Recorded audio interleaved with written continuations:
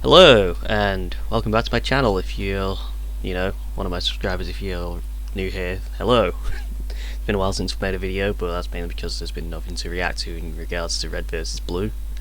But as a big fan of Halo, I felt I needed to do this. Not quite a reaction, but more an analysis, as I am a level designer and game designer, so I really want to break down some of the things that I noticed during the reveals from E3. So let's get into it. And hey everybody, for us, and I hope many of you, Halo has always been about heroism and wonder, about fighting to keep humanity safe against impossible odds in a beautiful and mysterious sci-fi world. So first off here, I noticed that there's a green assault rifle on the table over here.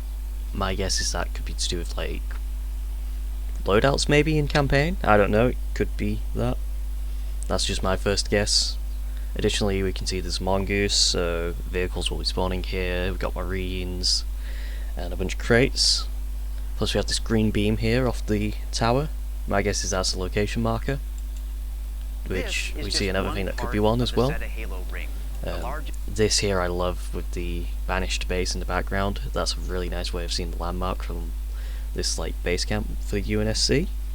Plus we have this, I don't necessarily want to say it's banished for certain, but I believe it is banished ship floating in the background that we see in a couple of screenshots they showed off a while back, as well as in this little snippet of the game world, which I hope we get to board, honestly, because that would be a pretty cool mission. Just most wide open environment we've ever built. And then up here we can see there's a path, like a footpath, which then leads round to the banished patrolling, which is nice and cool. And from what we can see, there's at least one jackal, 2 brutes, and 3 grunts. 2 of the grunts hooked up to some sort of machine here. Not sure what that's about, but whatever it is, it seems pretty cool.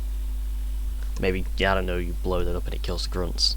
And then we've also got this smoke cloud from what I'm assuming is some sort of banished flare, which, nice way of highlighting, hey, there's forces over here, in a way that feels natural. And in comes Pelican, giving us a really nice view of the world. And then this. I have a lot to talk about with this bit. You'll face his greatest challenge yet, but you're not alone in the fight. Oh, the main batteries are shut down. We're stuck out here. Just the weightlessness in space feels really good in this. And then the care you see him show with the deceased marines compared to, like, you know, the other bodies out there. I told you.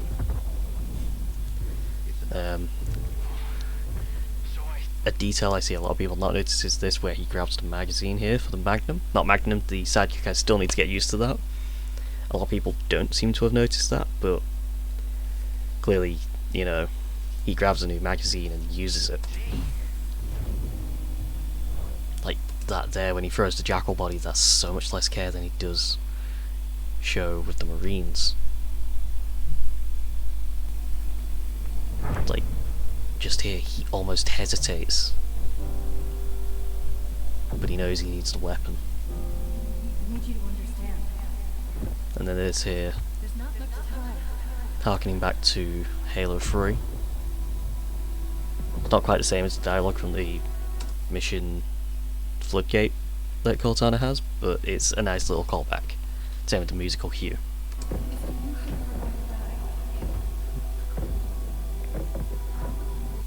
Now this bit of dialogue, I'm not sure what that's a reference to. I want to say Halo Legends, but I need to rewatch that.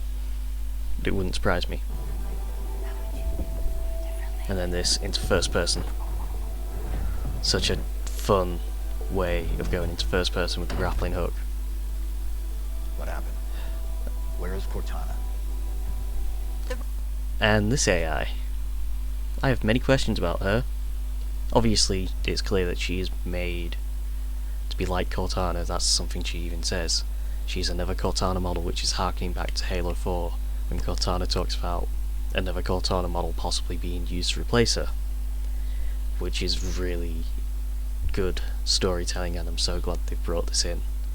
And it raises so many questions that hopefully we do get to see answered. Rogue AI known as Cortana is gone. She's been deleted. That right there. Where has she gone? Where's Cortana? Which is funny given that was a question we had in Halo 3. It's like, where's Cortana? Well, we knew where she was, we just didn't know what was going to happen to her. So I don't think she's dead. I feel like that's too anticlimactic to kill her off screen. So hopefully we find out during the campaign what happened. How? By you? Of course not. Did you hit your head or something? Don't you remember? My instructions were to enter this installation, imitate Cortana, and lock her down for retrieval. Yours were to take her back to the Infinity for deletion. So if it wasn't you... Okay then. There's something else. On successful deployment, my deletion routine was supposed to complete. This face right here, I love it. It's so different to the original Cortana. So I am very excited to see more. Like, I'm so glad that she's not been given the same personality. Sure, she's the same colour, but she's wearing clearly a different outfit. She's got a different personality. Plus, she seems to be much younger, which makes sense for a new AI. So I'm really excited to see if there is a conversation between her and Cortana, whatever this new AI is called. So yeah, hopefully. Still here. Love that nervous laugh. Good. Good. Something stopped your deletion. We need to find out why. But And then this, wasn't the mission. it's like a parallel to the end of Halo 4, They always do. with just that Are you sure? framing. And then this with the chip. Very Halo 3 with how the new AI enters it. And I love it. Continuing on to this trailer, I'm very excited to see what happens here with the multiplayer. Well, yeah. It's like we get to see... Oh wow, I'd never noticed that. I just paused there and I never noticed the hexagons being treated that way. That's cool. That's a nice detail on the shields. New generation built to fight. Loving how the armor looks. Together, we are unstoppable. Some of these maps we get a better look at later, so no point pausing here. This, I love this. Just... Oop. The weapons coming out of those on the wall is a nice touch. Same with the threat marker being a launcher type item. So then you can, and the fact that it's got a radius is quite useful as well.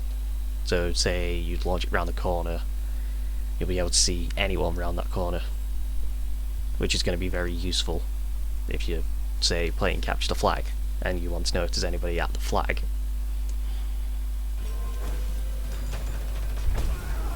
And then this moment just grapples up. So satisfying.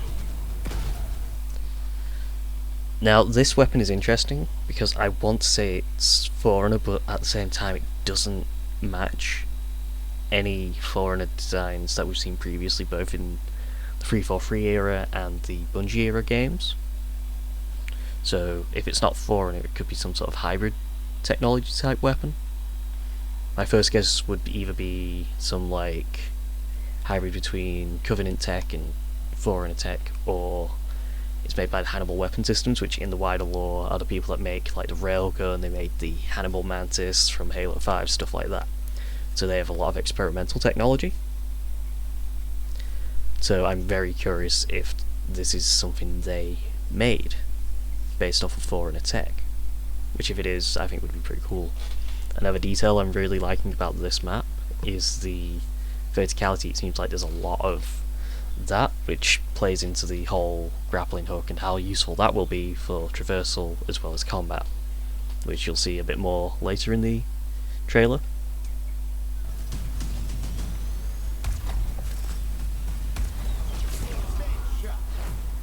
It's like this here, not the best pause, we'll go back.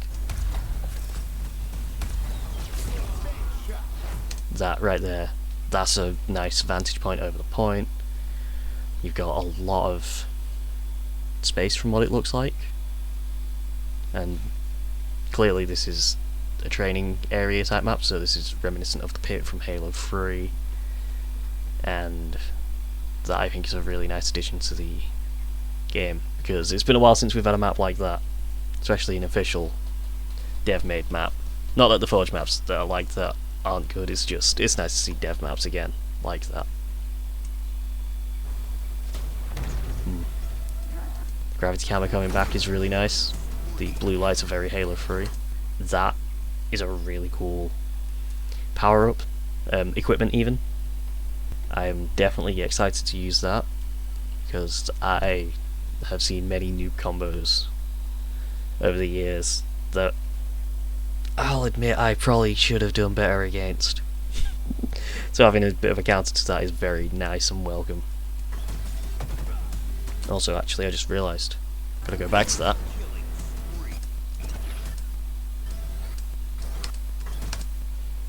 It's gonna be so hard to get that. Come on.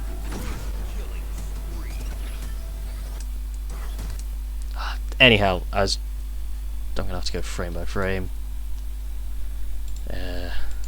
Yes, I'm doing this live, so I apologise.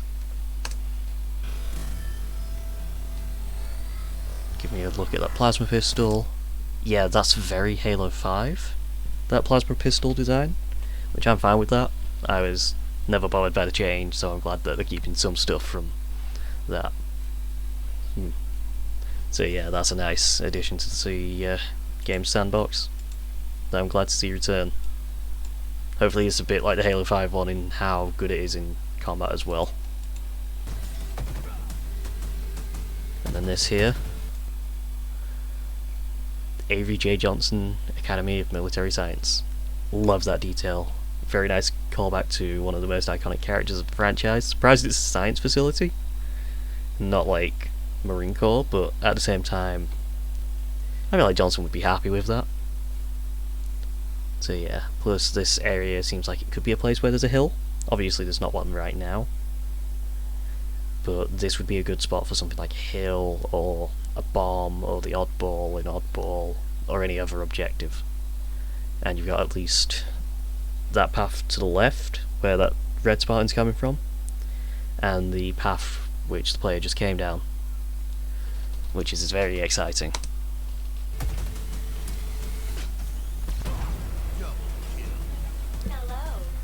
And this new AI, I love the voice for this AI, voiced by Erika Ishii, great VA, and I am very excited to see what she does as part of the Halo universe, as what it will be the player's suit AI in multiplayer. So yeah, and then this map, I really like that we've got a beach map. It's been a while, and I love how this one looks, with the foreigner structures buried in the sand, the palm trees, and the vehicles. It's like the Banished Ghost, and then the skewer as well. This thing looks really nice. And like that's the heads-up display, which we only get briefly, but that looks nice. Oh wow, I just noticed that Spartan's wearing TQB on the turret there, and it seems like the Rocket Hog is going to be grey instead of green. That could just be a coating changing the colour, but I'm glad to see that's returned, and will no doubt cause many issues when you're flying in a Banshee or a Wasp when playing. Which, speaking of the Wasp, I love this with the Skyjack. The fact that the grappling hook can be used for that is a really great way of embracing what will no doubt be one of the most fun mechanics in the game, especially in like campaign. Just using that to Skyjack everything that flies, I'm gonna admit I'll be doing that. And then this big team battle. Look at this map. It's reminiscent of Valhalla and Blood Gulch, but it's fresh and new at the same time. You know, we've got these vehicle paths, we've got man cannons and gravel lifts. I'm glad to see the Scorpion and the Wasp, obviously. It looks like it'll be a fun map. Oh wow, is that a turret there? In the bottom left? Oh no, it might just be a bit of scenery, but still, cool addition. And you can see that's blue base from the blue markings, so this is CTF. Like, look at that. Brute Chopper, that's something I'm very glad is back. And then this, just, that's such a nice way of bringing in vehicles that make sense within the world. And then we got the glint back on the sniper rifle. That, not too surprised. Poor guy.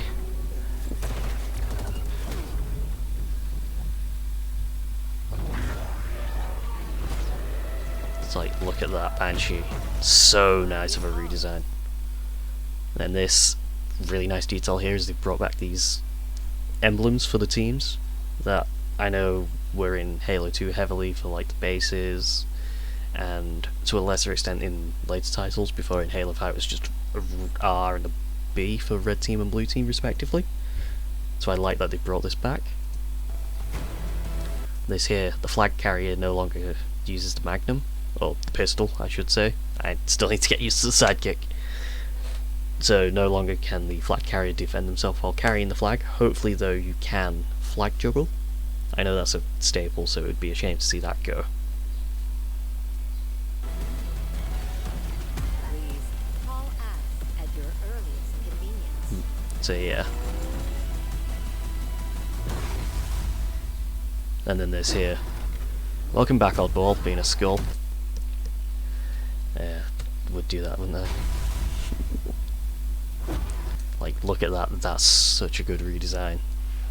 It's like, it's on fire, which, it's blue fire instead of red. Not red, orangey yellow. The glowy circle's a nice detail, and it's very distinct, and I like that they've updated this design and brought back the skull for the oddball. Plus the graffiti on this map, I really like that detail. It's like, clearly, you know, it's continuing to show that humanity sees Chief as this hero, the one who has saved us all, time and time again, and I'm glad they're keeping that with stuff like this. Wherever this map is, like, look at that. Like, clearly this is not the most well-off location. We've seen cities in other Halo games which have pristine white walls, clearly not perfect because they would have like destruction everywhere because they've been invaded by the Covenant, but this clearly is a poorer location, similar to Old Mombasa from Halo 2, which you go through in Outskirts. So it's nice to see another location like that. I wonder if this is like, not a remake of Turf, but like a reimagining, and they've reused that setting. I feel like that would be a good place to set this map, if that is where it's set. But it seems very fun. And then this, the grappling hook, I love that. Ooh. And then new set of armor. Like, I love how this looks. It's like, it's a very nice continuation of the Hayabusa and Shinobi looking armor sets. So it's nice to see them keep that going. And then this map, I don't believe this is any of the maps we've seen so far. I could be wrong. Could be that map they originally showed a screenshot of back in, I want to say, December. It could be that, but at the same time I have a feeling it's something else. I love this slope into this area. That's some nice verticality and pathways we've got here. And the fact that the player has thrown the grenade to where the weapon is, the power weapon, which is the energy sword. I love that they're bringing back that, where in Halo 5 you stick a weapon pad, the power weapon will be sent to you when the grenade blows up. That's such a nice, satisfying feel when you manage to hit that grenade and get the weapon, especially if you get it in the air. That's such a satisfying feel. Like that, and then bam, energy sword. It's just such a nice way of using mechanics that exist in the game in a way that is very satisfying. And that's that. Free to play. I'm very excited. There's a lot of questions. I'm glad that we see a lot of weapons seem to be much more viable than they were in like the Bungie era, but they don't want to. But with like everything being a lot more focused on fair starts, like the Bungie era again, but also Halo 5, at least in the arena modes. I have a feeling this is going to shape up to be a very fun game. I'm loving the art style, I'm loving what seems to be the story so far. So many questions that I just need to know the answers for. It's going to be very fun once it's released, hopefully. So yeah, thanks for watching the video. If you like what you saw, or listened to, because, you know, I don't own the videos I was reacting to, or analysing, please leave a comment. That would be nice. See ya.